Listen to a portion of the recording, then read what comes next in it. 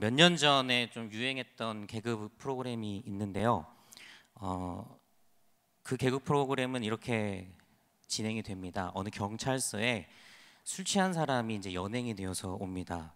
뭐 거의 고주망태가 돼가지고 오는데 그 사람이 이제 만취가 되어가지고 막 그 경찰하고 이제 막 말다툼을 해요. 이게 뭐 인사불성 뭐 고주망태 된 사람이어도 뭐 정신이 말짱한 상태에서 얘기를 하겠습니까? 뭐 이 말도 하고 저 말도 하고 뭐 속에 있는 분노도 얘기하고 불만도 얘기하고 이런 것들을 좀 개그 형식을 빌어서 자유롭게 하는 그런 코너가 있었습니다. 여러분 혹시 기억은 하시나요?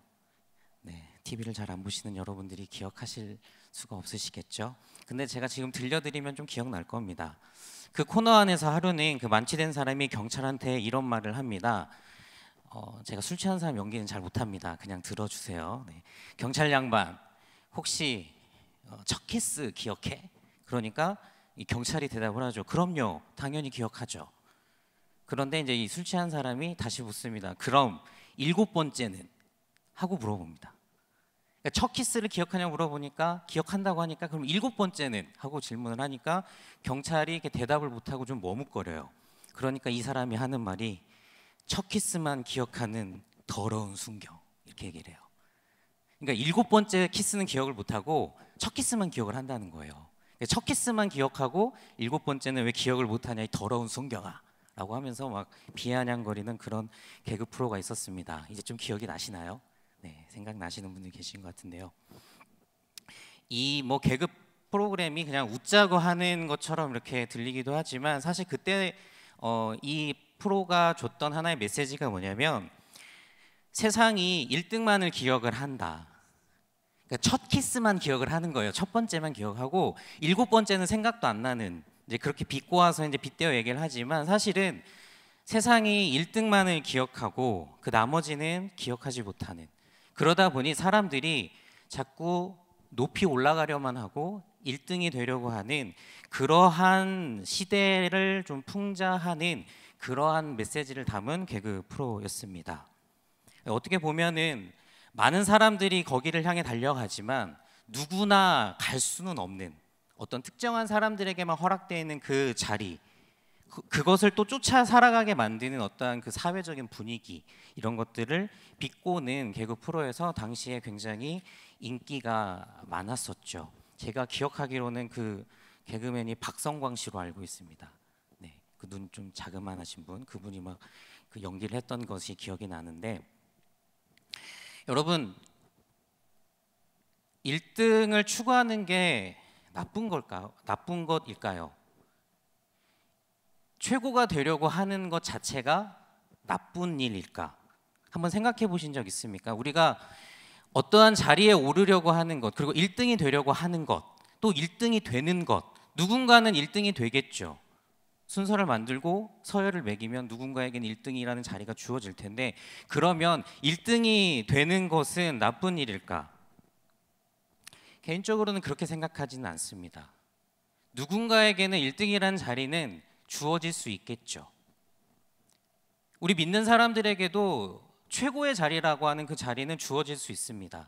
어떤 사람은 그것을 하나님의 은혜라고 표현을 할 수도 있겠지만, 또 어떤 사람에게 있어서는 그것들이 주어지는 경우들도 있겠죠. 그런데 진짜 우리가 생각해 봐야 될 거는 뭐냐면 1등을 하는 것, 1등이 되는 것, 그 1등이라고 하는 그 단어 자체의 문제가 아니라 세상이 1등만을 기억을 한다고 하는데 그 1등만을 기억하는 세상의 진짜 실체가 뭘까? 왜 세상은 자꾸 사람들에게 1등을 강요하고 혹은 1등이 되라고 하고, 야, 세상에 2등은 기억해주지 않아, 1등만 기억해줘, 최고가 되든지 돋보여야 돼 라고 하는 그 이야기를 하고 있는 그 실체가 뭘까? 우리는 거기에 좀 더 집중을 할 필요가 있습니다. 오늘 성경 말씀에 가만히 들여다보면은 그 이유를 알 수가 있어요. 결론적으로 말씀을 드리자면 사실 1등을 추구하는 사조, 1등을 추구하고자 하는 그러한 분위기들, 세상이 그것들을 우리들에게 가르치고 강요한다는 것은 어떻게 보면은 허상을 쫓아가게 만드는 사회적인 모습, 분위기가 있다고 하는 겁니다. 오늘 말씀 속에 보면은 베데스다라고 하는 연못이 나오죠. 성경에 예루살렘 성전 양문 곁에서 베데스다라고 하는 연못이 있었다라고 표현을 합니다. 거기에는 행각 5이 있었고 많은 사람들이 거기에 모였습니다. 그런데 그 베데스다 연못에 모인 사람들이 소위 말하는 정상적인 사람들이 아니었어요. 병들어 고통당하는 사람, 앞을 못 보는 사람, 다리가 온전하지 못한 사람, 기력을 잃어버린 사람, 이들이 모여 있는 것은 이유가 있었습니다. 그 베데스다 연못에 모여 있는 이유, 이렇게 세상의 관점에서 봤었을 때 정상적이지 않은 사람들이 모였던 이유는 여기에는 그만한 한 가지의 이야기가 있기 때문에 그래요. 전설이 내려오는데 전설의 얘기는 이렇습니다. 이 연못에 천사가 내려와요. 잘 들으세요. 연못에 천사가 내려오는데 이 천사가 딱 내려오면 이 천사가 내려오는지를 어떻게 아냐면 물이 움직입니다. 물이 어떻게 움직이는지 모르겠는데 아무튼 움직여요. 그러면 그걸 보고 아, 천사가 내려왔구나. 그것을 직시하는 순간에 제일 먼저 그 물에 딱 들어가는 사람, 이 사람은 어떠한 병에 걸렸든지 낫는다라고 하는 전설 따라 삼천리. 제가 하니까 안 어울리네요. 그건 그분만 어울리는 것 같습니다. 이런 이야기가 이 베데스다 연못에 계속 전해져 내려오는 이야기예요. 물이 움직이고요. 이 물이 움직였다라고 하는 것은 천사가 내려왔다라는 것을 의미하고, 그 천사가 내려와서 물이 움직일 때 가장 먼저 거기에 뛰어든 사람은 어떠한 병이든 낫는다. 이 전설을 믿는 한 사람이 오늘 본문에 등장합니다. 38년 동안 병을 앓아왔어요. 병들은 지가 38년이 됐습니다. 이 사람도 어김없이 베데스다라고 하는 그 장소에 갑니다. 이 사람에게 있어서 이 베데스다는 희망의 장소입니다. 희망의 장소. 어떤 희망? 어떠한 희망일까요? 이 사람에게 있어서 희망을 안고 온 그 베데스다, 이 베데스다의 이름을 한번 살펴보면 베데스다, 벳에스다. 벳이라는 말은 집이라는 뜻이고 에스다는 자비에라는 뜻입니다. 연음에서 베데스다라고 읽으면 이 말은 자비의 집이죠. 이 사람에게 있어서 이 베데스다, 자비의 집은 자기에게 자비를 줄 수 있는 공간, 즉 희망의 공간이라고 하는 겁니다. 근데 이 사람의 그 병의 컨디션이 어떤 상황이냐면은 성경을 읽어보니 이 사람은 계속 누워 있어요. 38년 된 병자인데 이 사람의 그 병이 무엇인지 정확하게 모르겠지만 아무튼 누워 있는 병이에요. 누워 있어야 됩니다. 이 병에 걸린 시점이 38년 됐다고 하지만 언제부터 이 사람이 이 베데스다를 찾았는지는 알 수 없지만 그래도 이 사람에게는 희망의 장소, 이 사람이 안고 있는 이 병에 대한 어떤 것들을 고칠 수 있다라고 하는 희망의 장소이기 때문에 이 사람은 어김없이 꾸준하게 이 자리를 찾았을 겁니다. 그런데 38년이 흐르는 동안에 얼마의 시간 동안 베데스다를 찾았는지 모르지만 이 사람은 지금 현재 그 병을 못 고치고 있는 거죠. 병이 고쳐지지가 않은 상태입니다. 여러분 왜 그럴까요? 왜 이 사람은 병이 안 고쳐졌을까요? 베데스다 연못의 룰을 잘 기억하시면 됩니다.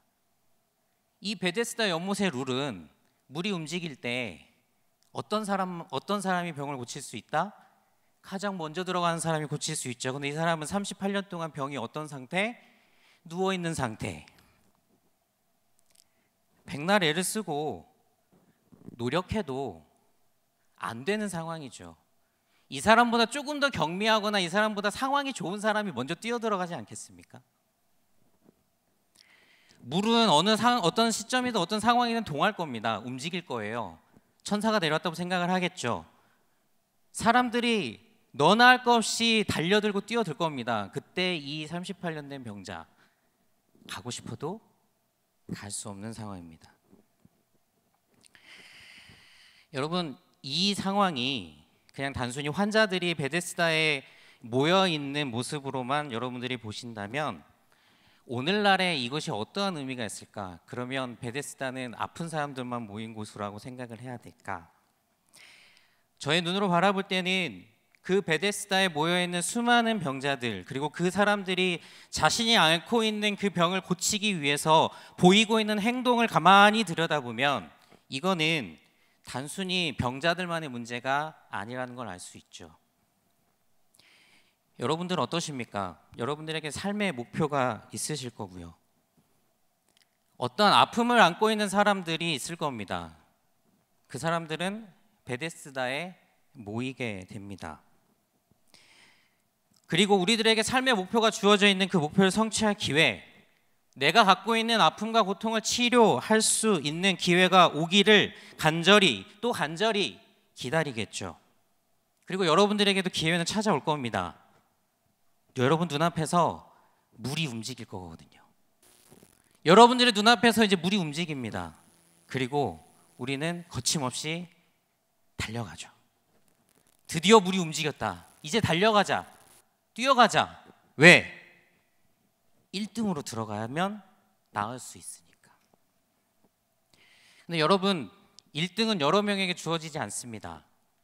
달리기가 제일 빠르거나 아니면 그 갖고 있는 상처와 아픔이 경미하거나 무언가 그래도 자기의 힘으로 어떻게든 뛰어갈 수 있는 사람이 가장 먼저 들어갈 것이고 그 뒤에 있는 모든 사람들은 그 기회를 박탈하게 되겠죠. 결국에 한 명만 그 물에 들어갈 거고 나머지는 다시 원래 자기 자리로 돌아가게 돼 있습니다. 저는 이 본문을 보면서 왜 이 본문을 보면서 이게 생각나는지는 모르겠지만 저는 복권이 자꾸 생각이 나요. 여러분 복권 사보셨습니까? 그 L로 시작하는 복권. 네, 일주일에 한 번씩 발급되는 45개의 숫자 중에 6개를 고르는 그 복권. 네. 복권을 사면 그렇다고 하더라고요. 월요일에는 굉장히 기쁘다고 합니다. 뭐 수요일까지 또 기쁠 수도 있다고 하던데 기쁩니다. 왜 기쁠까요? 잘 모르겠습니다. 저는 왜 기쁠까요? 그 미세한 가능성, 벼락 2번 맞을 가능성이라고 하던데 그 미세한 가능성에 마치 내가 거기에 주인공으로 서 있는 것을 열심히 상상해서 기쁘다고 합니다. 그런데 이제 토요일에 딱 맞춰보죠. 종이 조각이 휴지 조각이 돼요. 이게 기쁨을 줬던 것이 갑자기 그냥 쓰레기통으로 딱 들어가 버리는 그 순간. 그리고 원점으로 회귀하죠. 그리고 다시 월요일에 또 삽니다. 무한 반복을 하죠.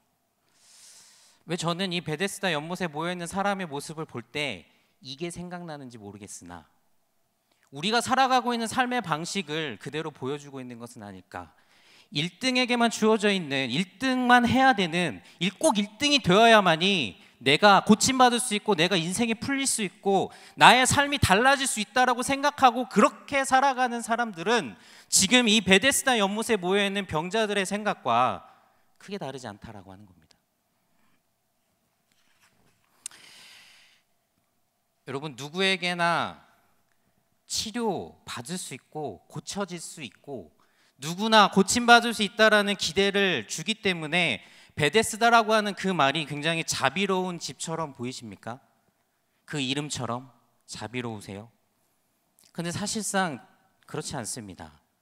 이 베데스다 연못의 그 룰은 굉장히 잔인한 룰이죠.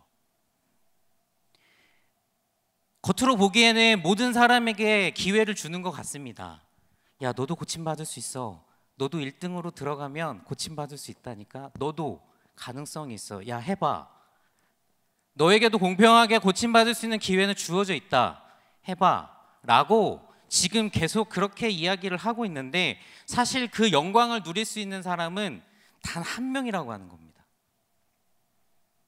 먼저 들어가는 사람, 그 1등에게만 딱 주어지는 혜택이기 때문에 이 공간이 자비의 집이 아니고 잔인할 정도로 무자비한 공간이라고 하는 겁니다.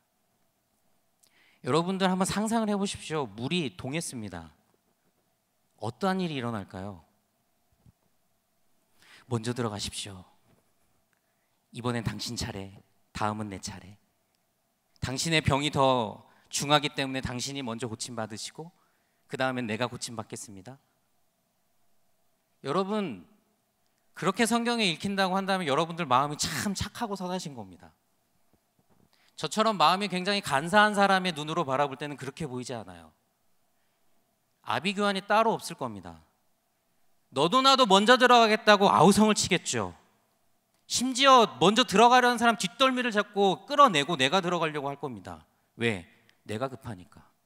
내가 고침받아야 되니까, 내 문제가 풀려야 되니까, 내가 해결받아야 되니까. 다른 사람이 어떻게 하는지는 관심이 없습니다. 내가 들어가야 되죠. 뒤쪽에서는 울부짖고 난리가 날 겁니다. 왜? 38년 된 병자처럼 누워있는 사람들, 자기의 자력으로 힘으로는 도저히 거기에 갈 수 없는 사람들은 제발 나 좀 어떻게 좀 해달라고 뒤에서 소리를 치겠죠. 와, 물이 움직였다, 물 움직였어, 나 좀 어떻게 해줘, 나 들어가야 되는데. 누가 듣기라도 합니까? 아우성을 치고 난리가 날 겁니다. 근데 여러분, 더 재미있는 거는 과연 이 베데스다 연못이 정해놓은 이 룰, 물이 움직일 때 천사가 내려와서 물을 움직이게 했더니 가장 먼저 들어가는 사람은 고침을 받는다라는 이 전설은 사실일까요? 이 전설은 진실일까요? 이 말은 팩트일까요? 이 말대로 했더니 고침을 받은 사람이 있었을까요? 목사님, 고침을 받은 사람이 있었으니까 사람들이 몰려왔겠죠. 그 사람이 집에 돌아가서 고침을 받았는지 안 받았는지 확인할 방법은 없습니다. 고쳐졌는지 안 고쳐졌는지는 저는 잘 모르겠습니다.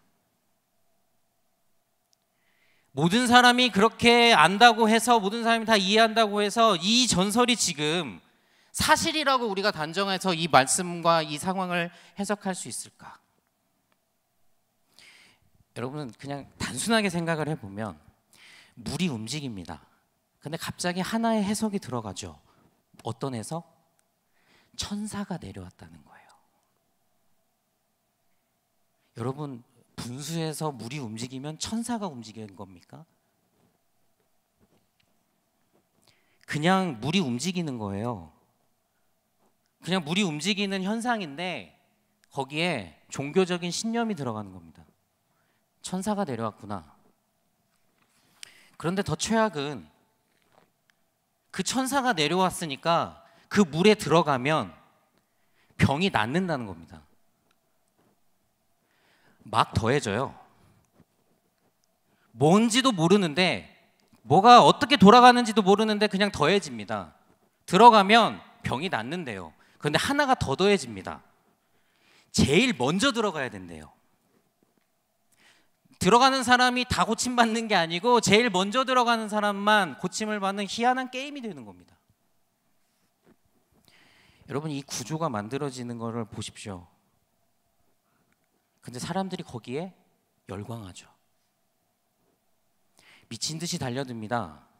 눈에 쌍불을 켜고 물이 움직이는지를 봅니다. 그게 초미의 관심사입니다. 여러분, 여기에서 무엇이 발생하냐면 불가피한 경쟁이 발생을 해요. 아까 말씀드렸죠. 먼저 들어가려고 애쓰는 사람들의 그 아비규환의 모습을 한번 상상해 보시라고. 못 들어가는 사람들이 있다고 그랬습니다. 도저히 못 들어가는 사람들, 누워있는 사람들, 오늘 본문의 주인공인 38년 된 병자와 같은 사람들. 자, 이 사람들도 들어가야 될 거 아닙니까? 공정해야 되지 않습니까? 그러니 이 사람들이 사람을 쓰기 시작하겠죠.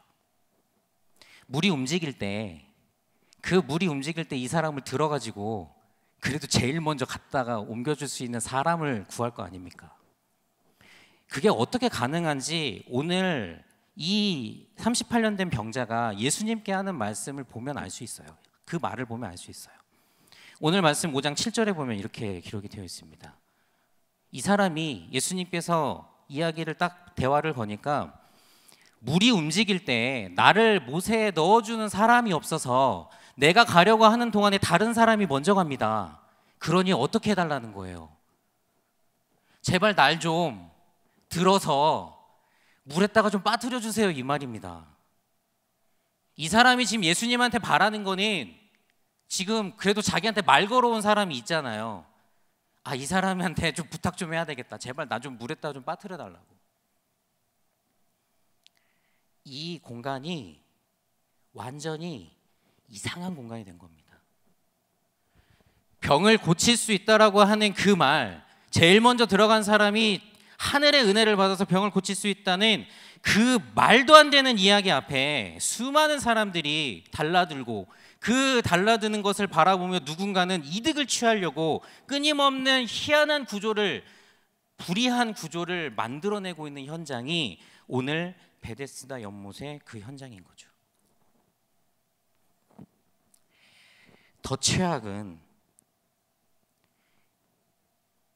이 구조에서 탈락한 사람들, 그 1등으로 들어가지 못한 사람들, 고침을 받지 못한 사람들, 문제를 해결하지 못한 사람들은 그것이 자기의 잘못이라고 생각하고 있어요. 내 병이 이렇게 중해서, 내 병은 그래도 걸어 다닐 수 있고 뭔가 움직일 수 있어서 빨리 뛰어 들어가서 거기에 딱 퐁당 빠져야 되는데, 그 정도의 병이어야 되는데, 내 병은, 이 망할 놈의 병은 38년 동안이나 누워 있어야 되는 이 병, 이거 누구의 잘못인지, 내 잘못이구나. 자책을 하는 겁니다. 자책. 자기의 잘못이라고 자책을 하고 있어요. 내가 능력이 없어서, 내가 못나서, 내가 이렇게 태어나서, 나에게 주어져 있는 조건이 이거여서, 이것밖에 되지 않아서 스스로가 이 문제를 지금 해결할 수 없다라고 그렇게 자책하며 스스로를 파괴의 자리로 계속 몰고 가고 있다라고 하는 겁니다. 그런데 그 잘못된 구조와 그 잘못된 인식을 갖게 하는 그 베데스다 연못을 반복적으로 찾고 있어요. 계속, 끊임없이. 무엇이 어떻게 돌아가는지도 모르고, 어떠한 상황 가운데 내가 지금 빠져 있는지도 모른 채 그것이 마치 진리이고 그것이 마치 나의 문제를 다 해결해 줄 것처럼 생각하며 계속 반복적으로 그 공간을 찾고 있습니다. 여러분, 악한 영이 쓰는 방법이에요. 지금 베데스다의 연못에 만들어진 이 구조는 잘 따라가다 보면 악한 영이 정말로 불쌍하고 정말 하나님의 도움이 필요한 사람들을 어떻게 자기의 백성으로 삼는지를 아주 잘 보여주는 장면입니다. 허탄한 신화를 만들어요. 야, 여기에 힘이 있어, 여기에 진리가 있어, 이걸 쫓아가. 여기에 네가 1등으로 들어가면, 네가 거기에 들어가면 네가 갖고 있는 너의 그 문제들, 내가 안고 있는 그 고민과 아픔들, 질병의 문제들, 가정의 문제들, 그렇게 하면 해결될 거야. 그런 1등으로 열심히 들어가려고 노력해봐. 자, 모여봐. 부족하니 나를 이용해. 내가 던져줄게. 저는 안 됩니다. 저는 나약하고 부족하고, 저는 가진 게 없고, 나에게는 해결할 수 있는 능력이 없고, 나에게는 그런 환경이 안 되기 때문에 저는 안 됩니다. 안 되네요. 내 잘못입니다. 여러분, 악한 영이 인간을 이렇게 얽어매요. 이렇게 나락으로 끌고 갑니다. 이렇게 자기 악의 백성을 만듭니다. 죄악된 백성을 그 방식대로 만들죠. 여러분, 세속의 구조라는 게 다른 게 아닙니다. 악한 영이 쓰는 방법은 이 속에서 자각하지 못하도록 만드는 겁니다. 사랑하는 여러분, 베데스다 연못에 모인 사람들 전부 다 놓치고 있는 게 있어요. 뭘 놓치고 있을까요? 여러분, 1등으로 들어가는 게 중요합니까? 누군가가 나를 물에다 던져주는 게 중요합니까? 누군가가 나를 먼저 물에 던져주기 위해서 누군가를 고용하고 누군가에게 돈을 지불하고 그 잘못된 구조의 그 미신을 계속 따라가는 이유가 물에 1등으로 들어가기 위해서 1등으로 들어가는 게 중요한 겁니까? 본질을 다 놓쳐버리고 있어요. 베데스다 연못에 모여있는 그 수많은 병자들이 놓치고 있는 거는 지금 자신이 그 자리에 왜 왔는지를 처음에는 알았는데 시간이 흐르니 그걸 잊어버린 거예요. 여러분, 이 사람들이 왜 모였습니까? 이 사람들은 자기의 문제를 해결하고자 모인 건 사람들이에요. 병이 낫고 싶어서, 병 들었으니 병이 낫고 싶어서 모인 사람들입니다. 그런데 어느 순간부턴가 1등으로 들어가려고 하는 거에만 혈안이 되어 있어요. 누가 이렇게 바꾼 겁니까? 어떤 사람이, 도대체 어떤 보이지 않는 손이 이 사람들을 다 이렇게 지금 몰아세우고 본질을 잃어버린 채 그렇게 가게 만들고 있다는 겁니까? 근데 여러분, 이 모든 장면을 한 발자국 딱 떨어져서 지켜보고 계신 분이 있습니다. 바로 우리 예수님이시죠. 이 모든 장면을 딱 한 발자국 뒤에서 바라보고 계신 그 유일하신 분, 그분이 바로 예수님입니다. 예수님은 이 모든 관점을 보시고 그 38년 된 병자, 지금 그 연못에, 베데스다 연못에 1등으로 못 들어가가지고 누워서 전전긍긍하고 눈물을 흘리며 소리를 지르며 제발 나 좀 누가 좀 넣어줘 라고 그렇게 절망하고 절규하고 있는 그 사람에게 예수님께서 이 사람에게 하시는 질문, 내가 낫고자 하느냐?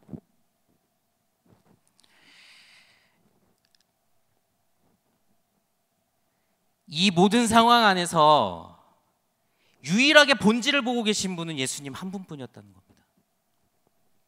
예수님 한 분만이 지금 본질을 보고 있어요. 본질이 뭔데요? 낫고 싶은 거잖아요. 고치고 싶은 거잖아요. 이 절망스러운 상황에서 벗어나고 싶은, 38년 동안 앓아왔던 그 병을 고치고 싶은 거잖아요. 이게 본질이거든요. 그런데 그 본질적인 질문을 하는 사람은 단 한 명도 없었습니다. 유일하게 예수님만이 그 본질을 보고 계셨죠. 그래서 예수님이 질문하신 겁니다. 내가 낫고자 하느냐? 그랬더니 이 38년 된 병자가 뭐라고 대답합니까? 아까 저희가 봤습니다. 물이 동하는데 나를 들어서 넣어줄 사람이 없어요. 제발 좀 넣어주세요. 여러분, 내가 낫고자 하느냐라고 하는 예수님의 질문에 정확한 답이 뭘까요? 정확한 답. 내가 낫고자 하느냐? 예수님께서 물어보셨습니다. 자, 정확한 대답을 해야 됩니다. 예수님은 우리의 권위자시죠. 우리의 구원자시죠. 우리에게 질문하셨습니다. 우리는 대답할 의무가 있습니다. 예수님께서 오늘 여러분들에게 물어보십니다. 내가 낫고자 하느냐? 네가 해결받고자 하느냐? 고침받고 싶으냐? 라고 예수님께서 여러분들에게 질문하신다면 여러분들 뭐라고 대답하실 겁니까? 예수님, 저 1등으로 들어가야 되는데요. 저 물이 움직이는데요, 예수님. 저 1등으로 들어가야 되는데 좀 제발 좀 저 좀 어떻게 좀 해서 저기다 좀 퐁당 좀 빠뜨려 주십시오. 혹시 여러분들의 대답이 그러한 대답을 하는 삶을 살고 계시지는 않은지 한번 여러분들 스스로에게 한번 물어보십시오. 오늘 여러분들께 예수님께서 물어보십니다. 내가 낫고자 하느냐?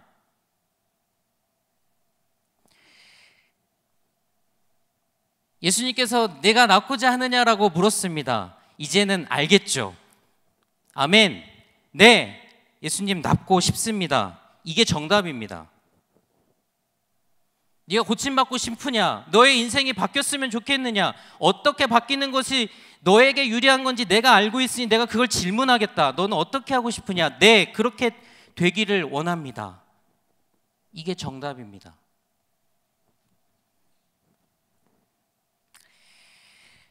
오늘 말씀 8절, 9절에 예수님께서 말씀하신 게 있습니다. 이 사람이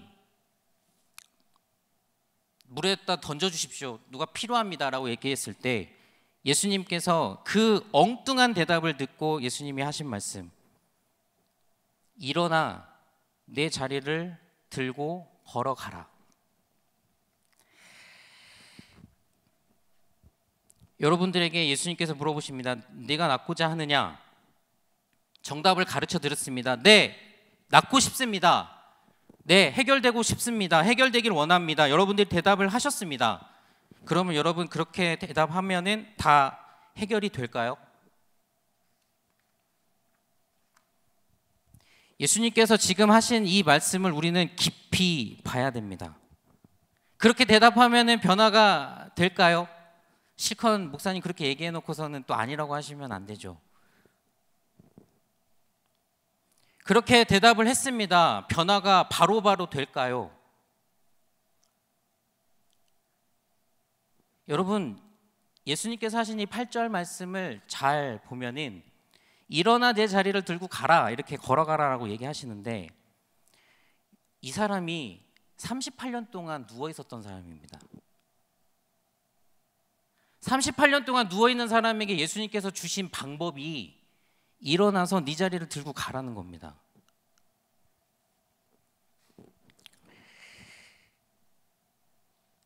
하나님, 저의 문제가 너무 힘듭니다. 어렵습니다.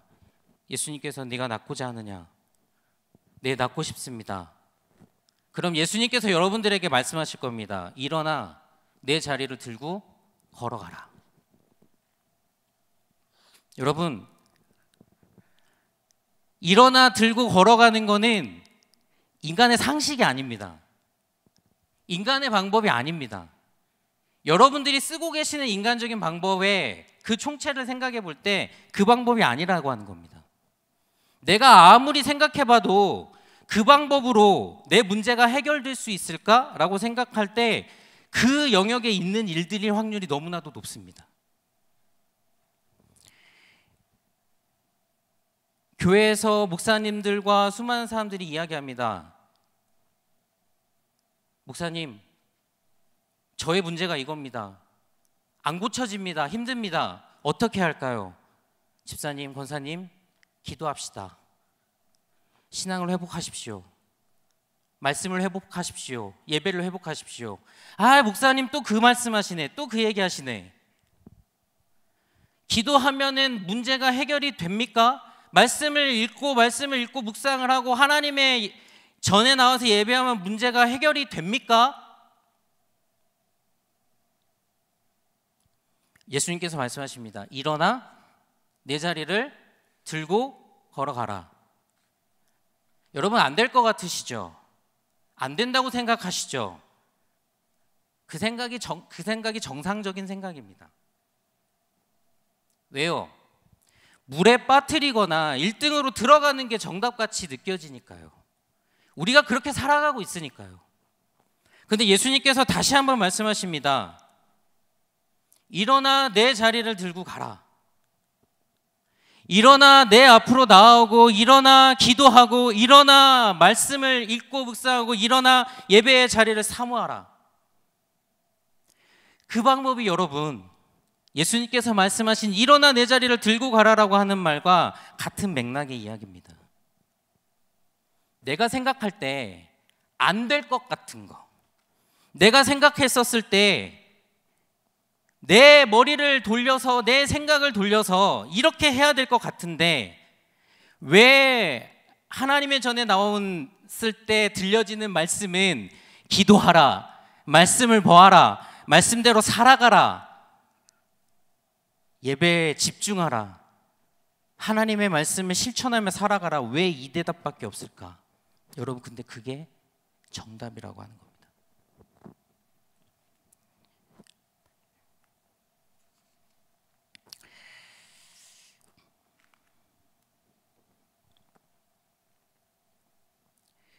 여러분, 오늘 좀 설교가 무겁습니다. 왜 무거운 설교를 할 수밖에 없냐면, 제가 교구 사역을 시작을 했는데요, 기도 많이 해주셔서 잘하고 있습니다.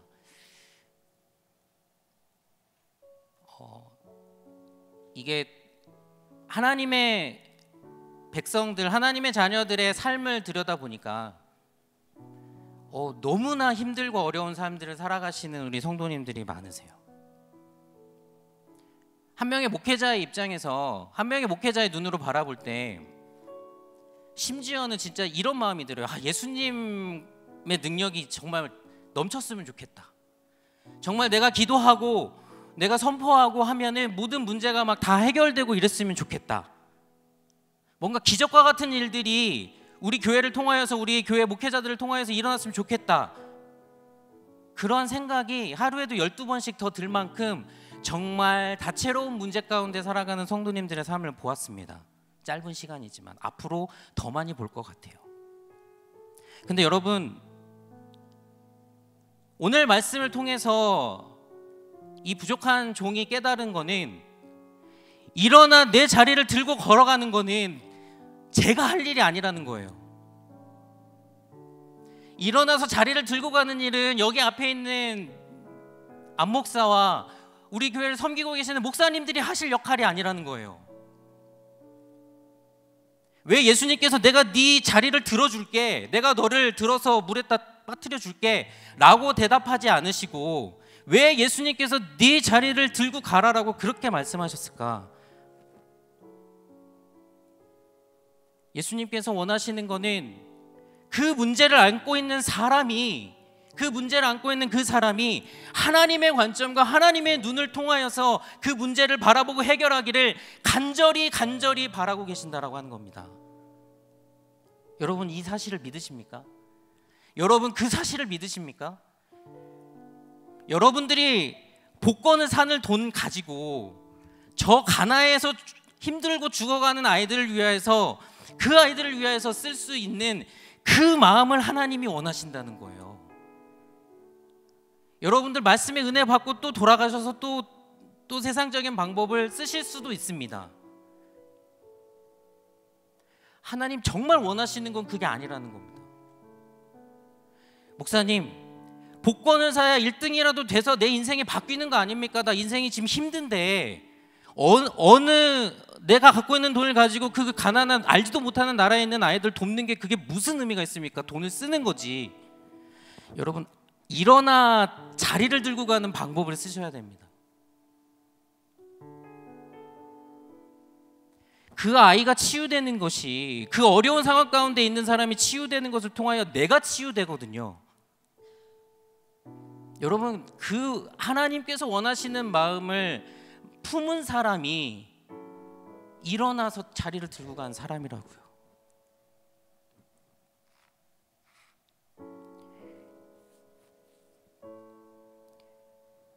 기도해야 합니다. 말씀을 묵상해야 합니다. 예배를 사모하시기 바랍니다. 문제만 붙들고 왜 안 고쳐주시냐고 예수님께 울부짖는 그 기도를 넘어서서 나의 삶이 지금 하나님의 관점으로 올바르게 세팅이 되어서 그렇게 살아가고 있는지를 물어보셔야 됩니다. 나의 물질과 나의 시간이 하나님께서 원하시는 영광을 위해서 지금 잘 사용되고 있는지를 살펴보셔야 합니다. 그것이 올바르게 되지 않을 때 하나님의, 예수님의 그 말씀, 일어나 내 자리를 들고 가라가 여러분들에게 무의미한 말이 됩니다.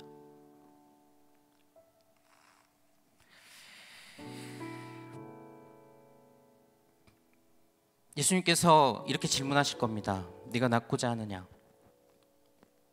그럼 여러분 대답 이렇게 하시면 됩니다. 네, 주님, 낫고 싶습니다. 그리고 이제 제가 문제의 본질을 보았습니다.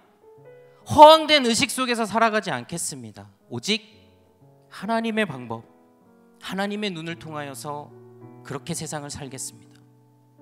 나의 시간과 나의 물질과 나의 모든 것이 하나님을 위해서 쓰이는 곳에 온전하게 쓰일 때 내가 일어나 자리를 들고 가는 그 삶임을 믿습니다. 내가 그렇게 살아가겠습니다. 여러분 모두가 그러한 마음으로 기도하시고 그러한 삶을 살아가시길 주님의 이름으로 부탁을 드립니다. 목사님들도 여러분들의 그 삶을 위해서 중보하고 함께 노력하고 함께 애쓸 겁니다. 여러분들도 일어나 여러분들이 자리를 들고 걸어가실 때 여러분들의 삶 가운데 하나님의 기적과 같은 은혜가 여러분들의 삶 가운데 차고 넘치리라 믿습니다. 우리 이 시간에 같이 찬양하고 기도할 때 주님을 의지하십시오. 베데스다 연못의 전설을 의지하지 마시고 예수님의 질문에 귀를 기울이십시오. 네가 낫고자 하느냐? 일어나 내 자리를 들고 가라. 그 마음으로 우리 시간에 아무것도 두려워 말라 찬양하시고 함께 기도 자리로 나가겠습니다.